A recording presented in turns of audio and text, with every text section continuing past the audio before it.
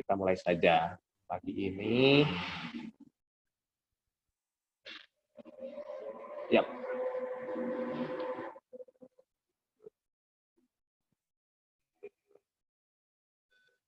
Kemarin yang ini yang saya perlihatkan sama kalian tentang tempat bermain untuk anak-anak di kota besar yang sekarang sudah langka atau udah jarang sekali kita lihat lah ya, lapangan-lapangan luas, tempat-tempat orang untuk bermain di lapangan luas kayaknya udah jarang ya. Kelangkaan, saya ulangi lagi, tentang keterbatasan sumber daya yang untuk memenuhi kebutuhan. Kalau kalian baca di buku itu ada beberapa macam kelangkaan. Itu menjadi salah dosen. Kalau berarti kan nggak bisa barang dan jasa yang bisa dijual, berarti masyarakat atau konsumen tidak bisa memenuhi jasanya. Kalau bagi seorang produsen, jumlah bahan baku yang diperlukan itu memang sangat penting ya, karena dia akan memproduksi bukti atau 200, tapi dia akan produksi secara dengan memproduksi dalam jumlah yang besar, yang banyak, itu biaya lebih sedikit. Dia bisa menekan yang namanya bahan bakunya itu sulit. Nah, itu jadi masalah produsen roti, bakery, kan contoh roti itu bahan bakunya ada tepung, terigu, ada margarin, dan sempat terjadi waktu awal-awal pandemi susah mendapatkan gula.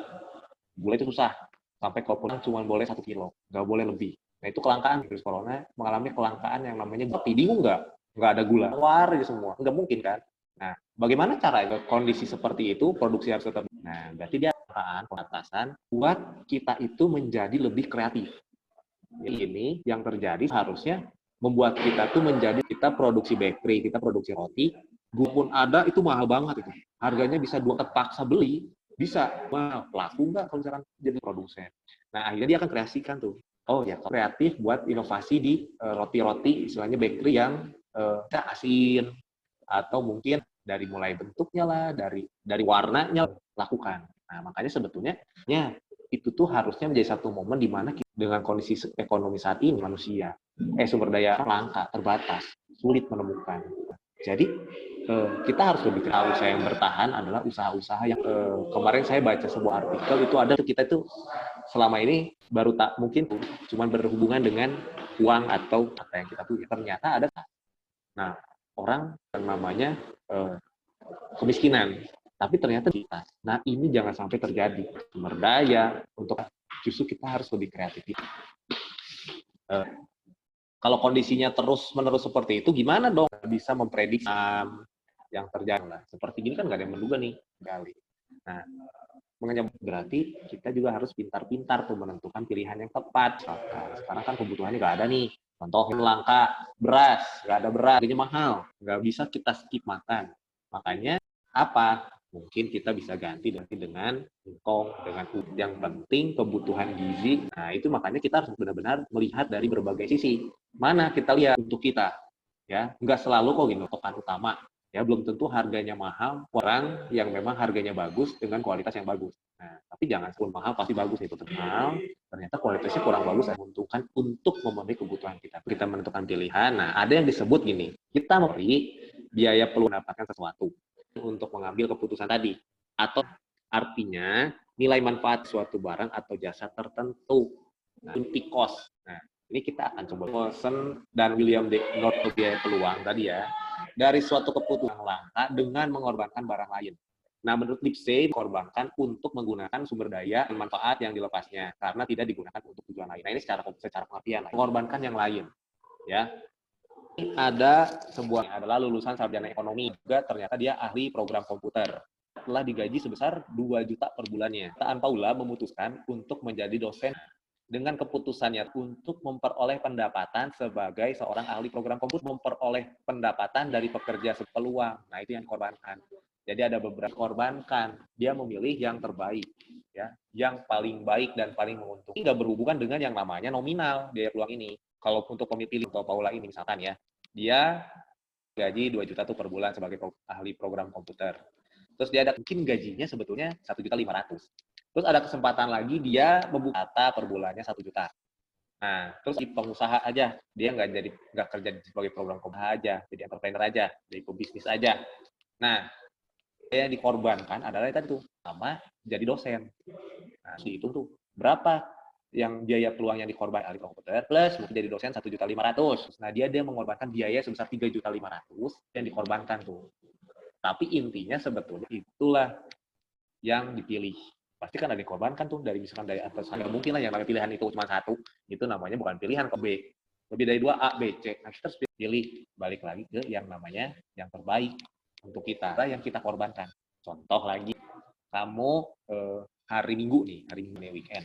Kamu orang tua kamu bangunin nih, misalkan jam 7 bangunin, sepeda lah, sekarang kan lagi training tuh naik sepeda, atau mau jogging lah, mau ngapain lah, mau apa dengan pilihan tuh, mau ikut apa enggak, ya, atau misalnya enggak, kita makan itu dikasih pilihan tuh, dari bangun tidur tuh, kamu atau mau ikut olahraga, masa tidur sambil olahraga kan nggak mungkin, nah harus dipilih salah satu, mana, pasti kan pilihannya ada tuh, ada yang mending berangkat olahraga, nah ini beda-beda nih, nah itu jadi satu biaya peluang, kalau misalkan contoh, saya mau.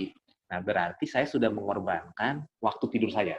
Tapi kalau misalkan saya pilih, males lah, saya masih ngantuk, kesempatan olahraga dan makan di McD, sarapan di McD. Harus kita pilih yang terbaik, ya. Nah, makanya perlulah atau lebih wise dalam menentukan pilihan. Ekonomi itu kembali lagi ke pilihan diri kita sendiri seperti. Yang menarik adalah pertanyaan Aster kemarin terakhir itu, yang belum sempat kan kemarin saya tentang masalah memenuhi kebutuhan itu kalau bisa ya utang. Tapi kan itu juga pilihan sebetulnya kan. Kalau udah nggak ada jalan lain, harus pinjam, harus ngutang sama orang lain, gimana? Ya mungkin itu aja. Nah, kalau ternyata ada orang nih pinjam sama kita nih, ya kan, duit, ya kan berapa nih 2 juta, nanti saya bayar Pak bulan depan. Oh ya udah saya percaya lah sama dia. Ternyata bulan depan nggak dibayar, udahlah tungguin dulu, mungkin lupa kali. Udah seminggu berlalu, kan kita ini yang ngasih pinjam, itu kan nggak enak mau nagihnya kan. Lama-lama kok nggak terjadi juga mungkin di antara kalian. Saya juga kalau kalian pinjam nggak pernah dibalikin, pinjam jadi hak milik sampai ke habis-habisnya dipakai. Gimana tuh kalau begitu? Gimana cara manggil debt collector atau body balik lagi sebetulnya ke pilihan kita. Pertama, ada resiko di situ, nggak dibayar kan? Dan itu kayaknya udah sampai akhirnya saya udah nggak mau nagih lagi, udah lupa, udah misalkan 50.000, 100.000 mah ya nggak apa-apa lah ya. Tapi kalau udah misalkan jutaan, ya itu gimana? Malah banyak yang terjadi, yang punya utang itu lebih galak. Nah, jadi gimana caranya? Saya kasih tip. Kalau memang sangat kebutuhan, ya nggak masalah.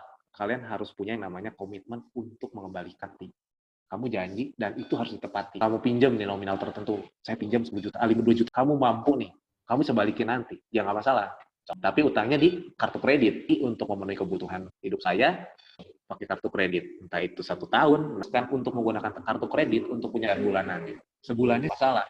Nah, itu saya paksain, lebih baik kita ini bijak, ya gunakanlah yang ada gitu, ada. Kemarin saya parenting gitulah, dia mas guru gimana. Ternyata ada tengah-tengah keterbatasan, kelangkaan virus corona ini, orang tuanya dipecat untuk memenuhi kebutuhan makan istrinya itu atau ibu dari anak-anaknya itu cuma bisa beli tempe itu selama 1 bulan memenuhi kebutuhan mereka untuk makan doang nih, mereka cuma bisa beli tempe dan beras. Nah, keterbatasan itu ternyata tertimbullah sebuah kreativitas. Besok tempe lagi, tempenya besok sampai akhirnya tempenya dibikin plastik, dibikin segala macam, bisa kreatif.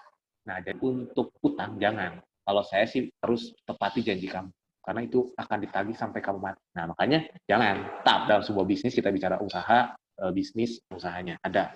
Nanti kalian belajar di kelas 12, kelas ada utang. Termasuk negara pun ada utang. Nah, jadi yang sering saya lakukan adalah kayak begini. Misalkan kan saya nanya dulu tuh, buat apa? Aduh, misalkan buat bayar anak sekolah, berapa sih biaya 100.000? Ya 500-nya, daripada saya pusing nanti nagihnya, susah nagihnya, apalagi orangnya jauh, punya prinsip tangan di atas itu lebih baik dibanding tangan di bawah. Jadi kasih 200.000.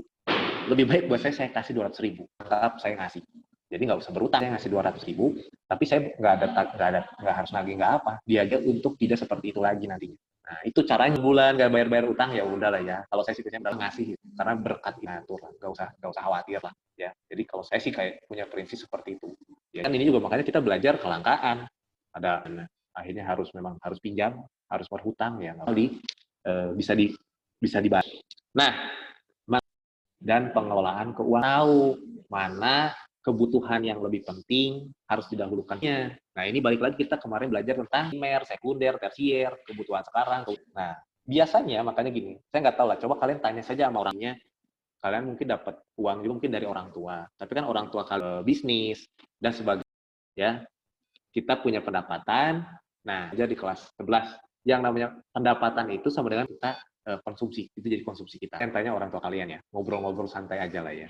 Dibayarnya akhir bulan tuh tanggal 31 atau tanggal 1. Di sekolah kan di tanggal 30, tanggal apa? Saya biasanya dari sini punder apa? Berdasarkan kebuat rumah punya saya tulis tiap hari ya, kan saya sama saya apa? Misalnya karena kos saya, ya, karena 10% itu sama tuh kasih di gereja. Ambil tuh sama tuh itu adalah itu kadang-kadang. Saya ya terpenting kasihkan dana tadi untuk asuransi saya harus kerjaan kan kerja lah tempat kerja diri kita. Lalu berikutnya saya harus alokasi asuransi. Nah ini saya ada 3 kartu kredit. Satu tanggal 1 saya harus bayar kurang utang cicilan. Prioritas berikutnya apa? Primer dulu nih prioritas 1. Saya bayar air ya uang saham dulu masukkan kuota kan 500.000 baru sih dari 5 juta itu kan pasti ada sisa tuh 6 itu biasanya ada zakat dan tenaga tadi kebutuhan segala macam alokasikannya kalau saya investasi karena saya kalau reksadana saya kan segera kan untuk investasi secara sisa ya kan pasti ada sisa kebutuhan rumah tangga selama jadi listing hidup kita kebutuhan makanya kalian juga nih di bagian yang sama kalau mencari segala bayar parkir tuh kok karena itu pengeluaran saya hitung tuh kurang yang ada yang disebut dengan ya atau gambaran yang lakukan Tuhan sekarang terus naik motor kan apa tadi deposito bahkan saya ikut baru bolehlah ke kebutuhan tersier perlu yang namanya dan pengelolaan keuangan lah ini buat skala mungkin ini pertemuan selanjutnya ya udah nggak ada pertanyaan di pertemuan terima kasih semuanya